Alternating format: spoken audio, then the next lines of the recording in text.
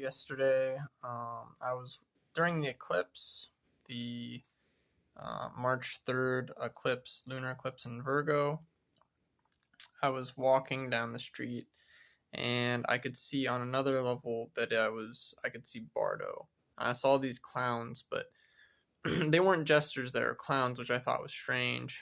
And they're very fluttery and sort of low resolution, which made me think that they're actually something else masking themselves, which beings rarely do that with me, actually.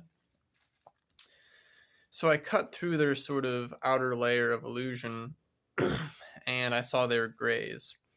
But I've seen short grays like maybe once.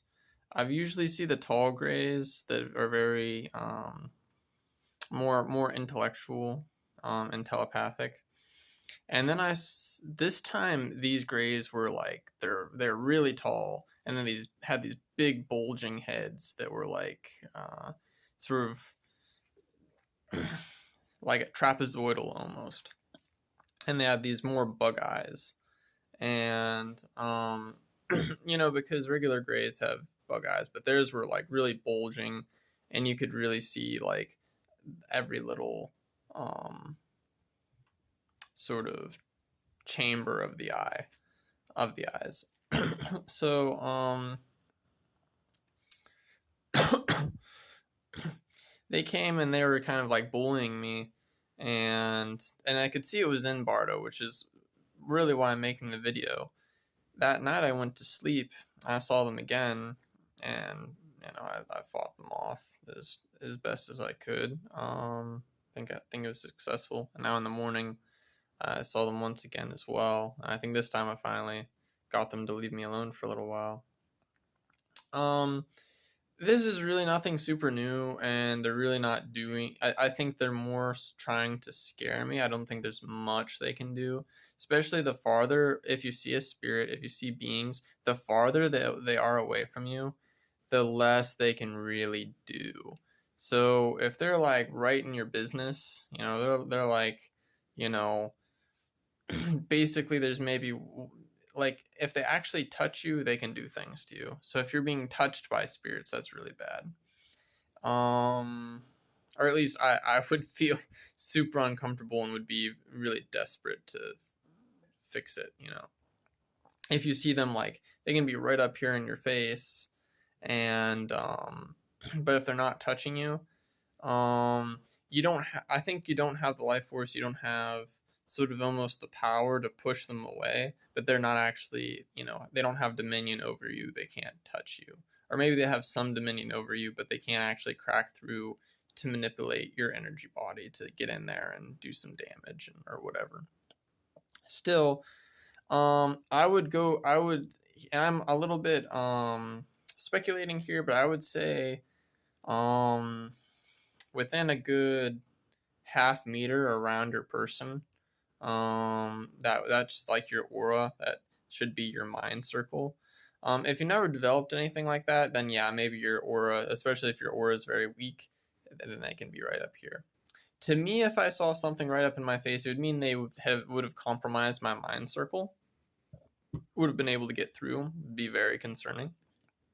Yeah, you want to build that up and make your aura stronger, harden the auric shell, everything else, and you want them to be like a good.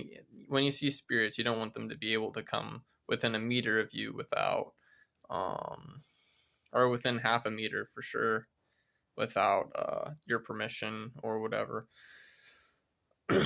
So, I saw them kind of like over a meter away.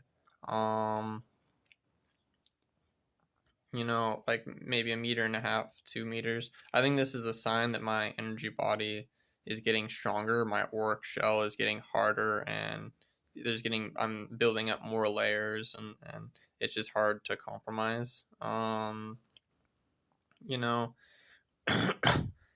So I don't think there's much danger of them actually doing anything to me. So they're really just there showing up.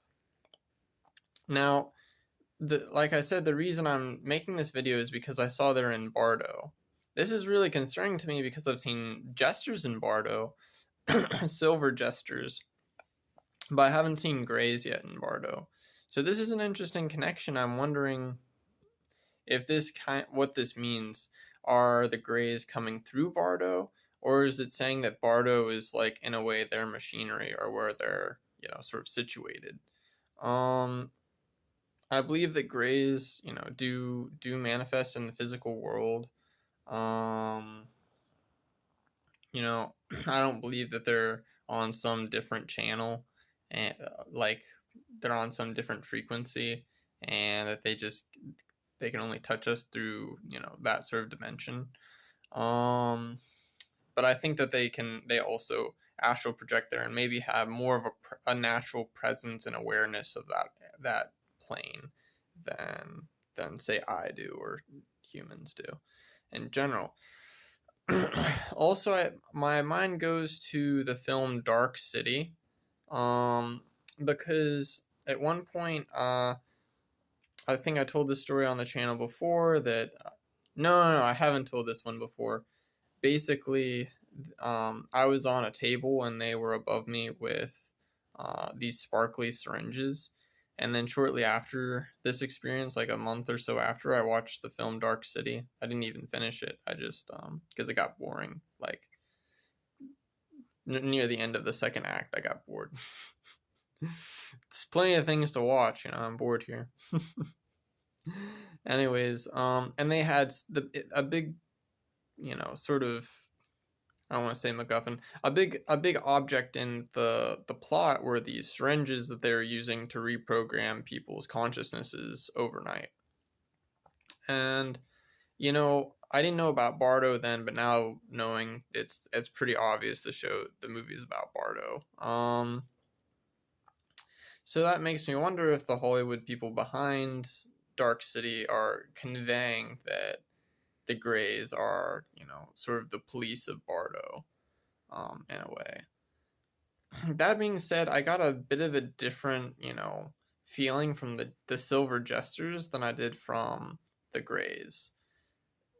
It was a long time ago I saw Silver Jesters, so I'm not sure if that's still, if maybe I just wasn't seeing it right then because my skills on the astral plane, like my, you know, what's the word?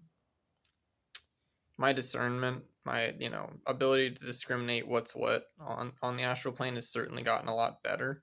But I still think that it felt different enough, so I'm gonna have to sort of explore that. So that's a real concern because if the Greys are policing Bardo, that kind of maybe tells me that they're a little bit more of an intrinsic part of the system.